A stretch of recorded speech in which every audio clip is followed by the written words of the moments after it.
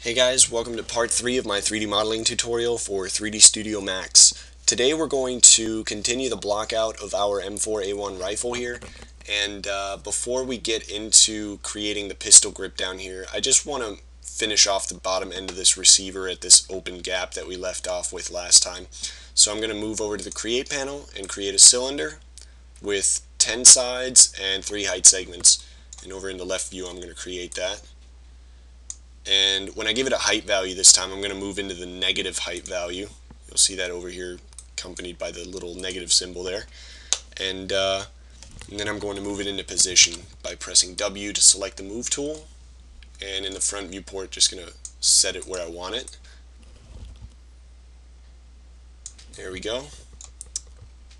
And then we're going to throw a bend modifier on this thing. I went to the modify panel, and you'll see our cylinder is still selected. And we're going to throw the bend modifier on there, and going to give this a 90-degree angle, and you'll see that it started turning outwards, and I don't want that. I'm going to change the direction of it.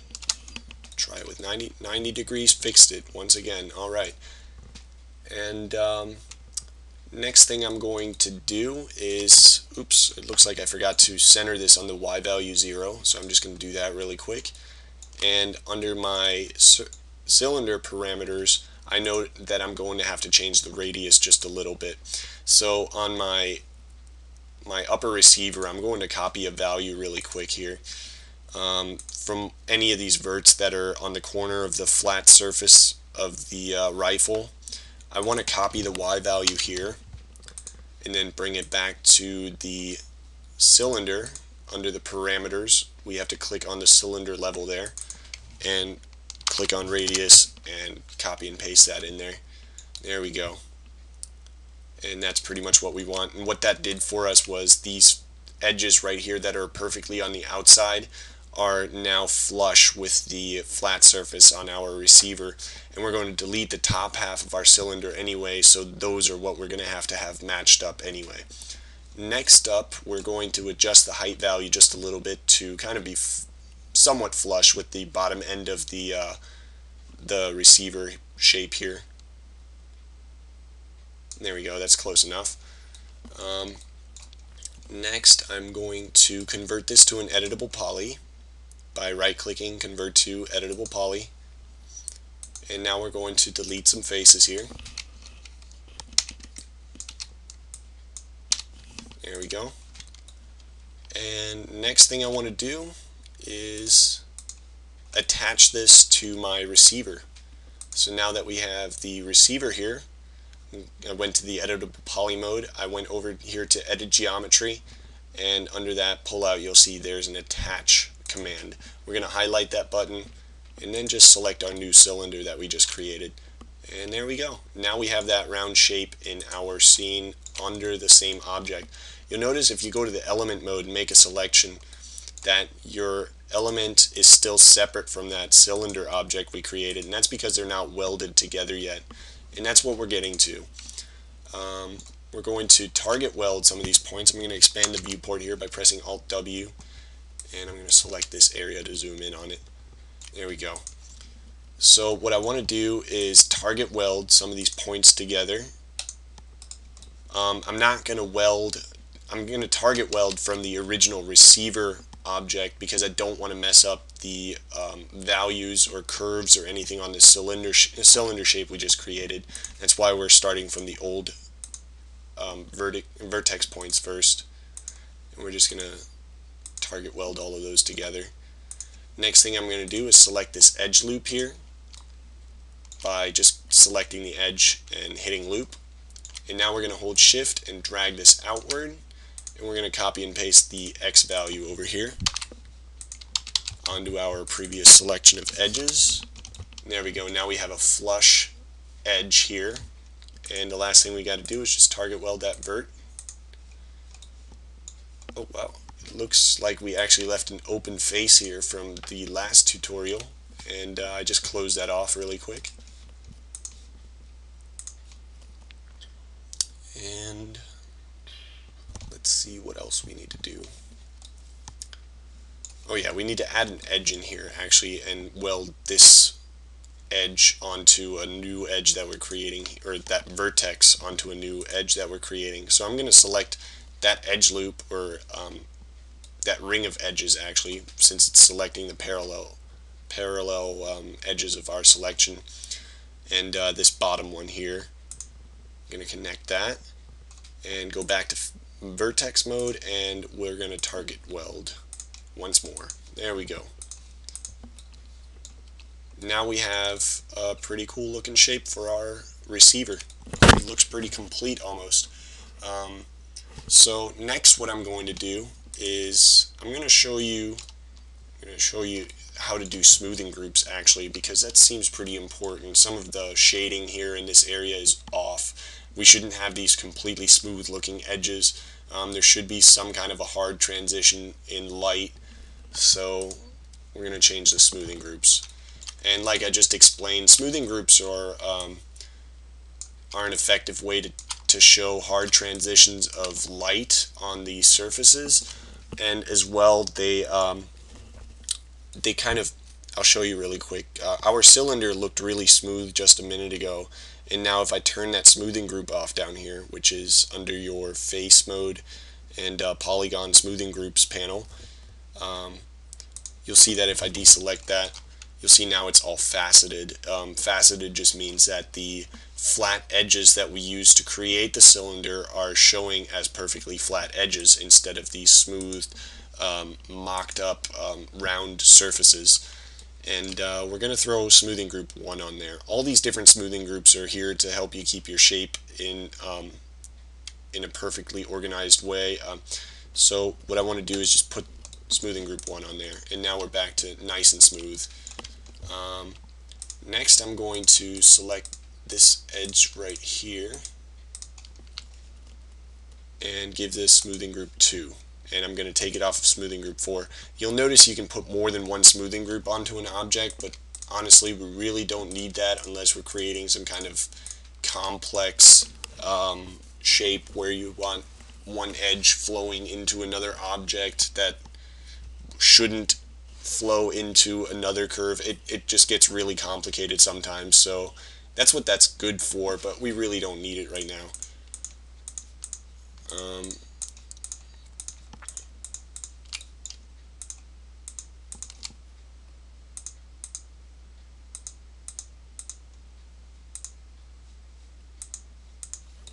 And there we go.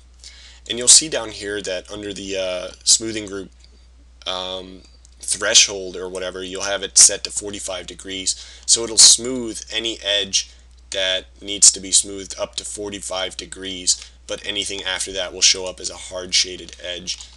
And actually I did not want to do that. I'm going to give this a new smoothing group here. I'm going to put that on smoothing group 3. Alright.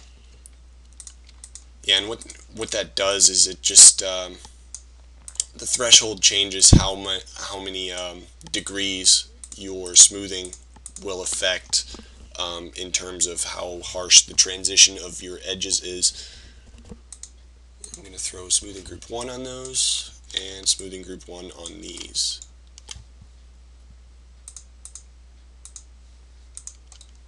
Alright, and one thing I forgot to do here as well was I forgot to separate this other half. Since we still have a symmetry modifier working on this thing, we don't need that other half of our object unless we wanted to end up with some Z buffering shading error, which we don't under any circumstance.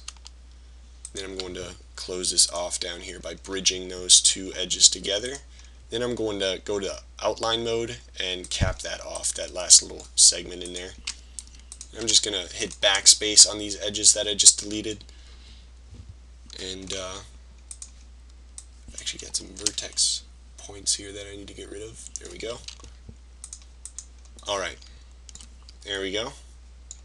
And we're going to fix that n-gon later on, by the way. It's just right now we really don't need it, and it's just simpler selecting one n-gon instead of 100 different little four-sided polys. So now that we have this thing smoothed out, we're going to move on to create the pistol grip. and we're going to connect all of these lines here on the side. And I'm going to select my scale tool by hitting R on the keyboard and scale those on the x-axis to be completely flat. Alright, now pressing Alt-W again and keeping my selection, I'm going to move these over to be right here at the edge of our pistol grip, and then we're going to extrude that face down. Yeah, it's good enough. I'll just edit the rest myself. I'm going to hit grow here really quick, and that way it'll select all the faces that were touching my current selection. And then we're going to detach that object. So back up here right next to the attach button, you'll see the detach option. And now we're going to keep all of these unchecked, and I'm going to rename this to pistol grip before I detach it, and then I'm just going to click OK. Now we'll have to deselect the upper receiver here to get to our pistol grip now, and you'll see that it's a perfectly new selection, completely separate from the other object. And now we're going to move this downward and start editing our pistol grip. And before I do that, actually, I want to throw the symmetry modifier on here just to get that out of the way. So with our object selected, come back down here, throw another symmetry modifier on it, and we're going to uncheck slice along mirror. And then we're going to start editing again. Alright. Oops. Wanted to select the face here. And extrude that back down. I'm going to move this outward. And then that whole face that we had selected, I'm going to rotate.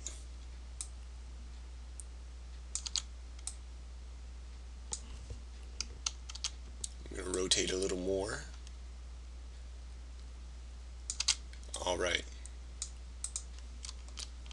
And we're starting to get somewhere.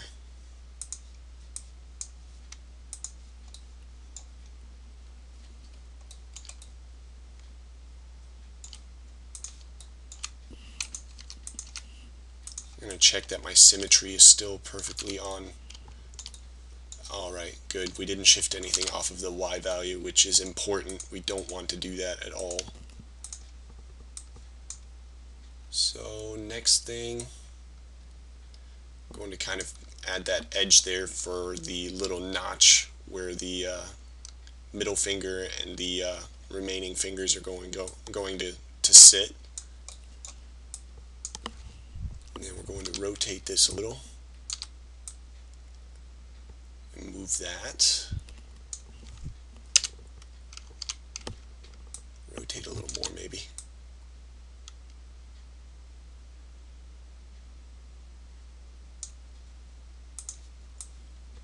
And I'm going to add another loop here. Bring that in.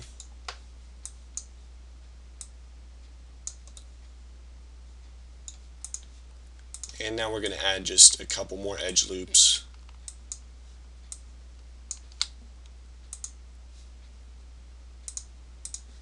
And while I have this one selected, actually, I'm going to chamfer this one. And I'm going to up the value here. There we go. Next thing I want to do is just kind of move these 2 points inward.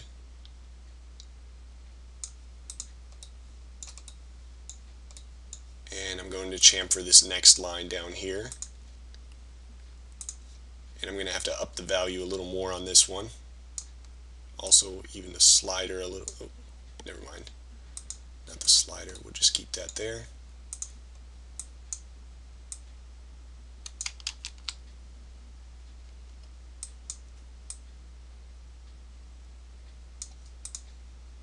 There we go. That's all I really wanted to do. Now we've kind of got that notch in the center here, perfectly visible. Another thing I'm going to do is add another flat face here in the front, or another edge loop. and that's going to create a flat face for us. And we're going to select this loop on the end here, deselect these 3 lines up at the top,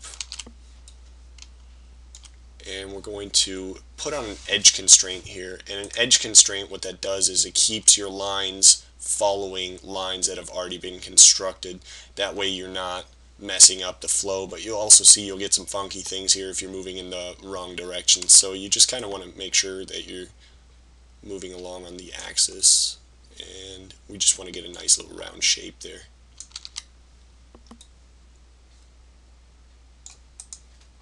Alright, and we'll do some more adjusting on that later on, but for right now that looks pretty cool. And I'm going to give this whole shape a smoothing group here. And then I'm just going to fix a couple little things here.